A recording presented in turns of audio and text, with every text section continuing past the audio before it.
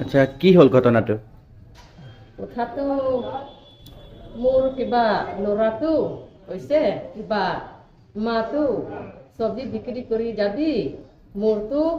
কিবা হাজিৰা কৰি ল'ৰা ছোৱালীটো এতিয়া ৰিজাল্ট ওলাইছে তাৰপিছতে টকা পইচা লাগে বুলি যাতে হাজিৰা কৰিব আহিছে যাতে টাউন তাতে সেইকাৰণে হাজিৰা কৰিছে দেওবাৰ দিনা আহিছে তাৰপিছতে হাজিৰা কৰা দেওবাৰ দিনা আহিছে তাৰপিছতে কিবা ঘৰত অহা নাই ক'ত থাকে আপোনালোকে ৰংচিং ৰুম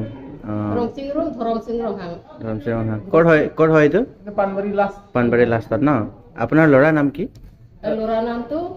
জয়সিং কিমান বয়স হ'ব গাঁৱতো ৰায়েশ বুলি মাতে আৰু ইয়াতে এনে ভোটাৰ আইডিয়াতে জয়সিং এনে কিমান বয়স হ'ব এনে 30 মান হ'ব ন কিমান সময়ৰ পৰা কিবা আহা নাছিলে ঘৰত পৰা আহিছে 7টা পৰা ওলাইছে 7টা পৰা ওলাইছে তাৰপিছত মৰ্নিং ইয়াৰ হাজিৰা পাইছে নে নাই এইটো গম নাপায় ফুল নামটো কি বোলে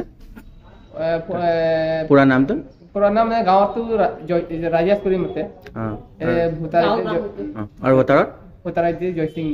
ইংটি দেওবাৰ আপুনি কোন হয় তেনেহ'লে তেখেতৰ মইতো আংকুল হয় তাৰ আংকুল হয় আৰু এইফালে মা হয় ন এতিয়া ৰাইজক কি ক'ব মানে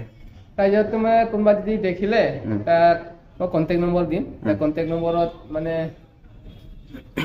কণ্টেক্ট কৰিব পাৰে আৰু ন কণ্টেক্ট কৰিব পাৰিব আৰু ঘৰত আৰু কিমান আছে মানে ঘৰত কিমানজন মানুহ আছে ঘৰত তাৰ ফেমিলি 4জন আছে মাইকী এজন আছে তাৰপিছত ল'ৰা ছোৱালী 2জন আছে আৰু এতিয়া তেহেঁতেও বিচাৰি আছে পোৱা নাই ন মানে পুলিচ কমপ্লেইন দিছে নেকি মিচিং ৰিপৰ্ট আজি দিছে সেইদিনাৰ পৰা দিব লাগিছিলে আজি দিছে ন ঠিক আছে হ'ব